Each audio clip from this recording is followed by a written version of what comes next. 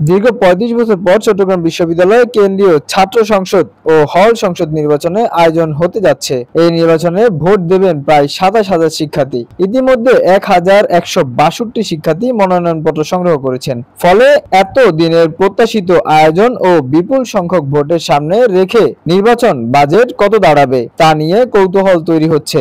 আমাদের 60% বাদেও যাতে আমাদের অন্যান্য হলে আমাদের অ্যাপ্লাই করার মতো সুবিধা দেওয়া হয়।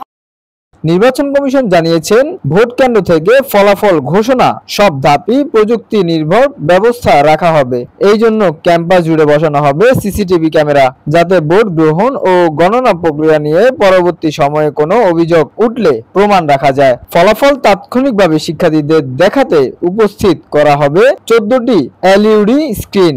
দরপত্রের মাধ্যমে এইসব পর্দা বানানো হবে। খরচ হবে প্রায় ১০ লাখ টাকা। বাজেটের বিষয়ে প্রধান নির্বাচন কমিশনার অধ্যাপক মনির উদ্দিন জানান, তারা চাহিদা অনুযায়ী খরচ করবেন। আপাতত ৬০ থেকে ৭০ লাখ টাকার একটা প্রাথমিক হিসাব রাখা হয়েছে। এটি আবারও বাড়াতে পারে, কেননা শেষ পর্যন্ত কতজন প্রার্থী হবেন, কয়টি ভ্যালিড পেপার ছাপাতে হবে তা এখনো নিশ্চিত নয়। অবশ্যই ঢাকা বিশ্ববিদ্যালয় কেন্দ্রীয় ছাত্র সংসদ নির্বাচনে ১ কোটি টাকার বেশি খরচ হয়েছে।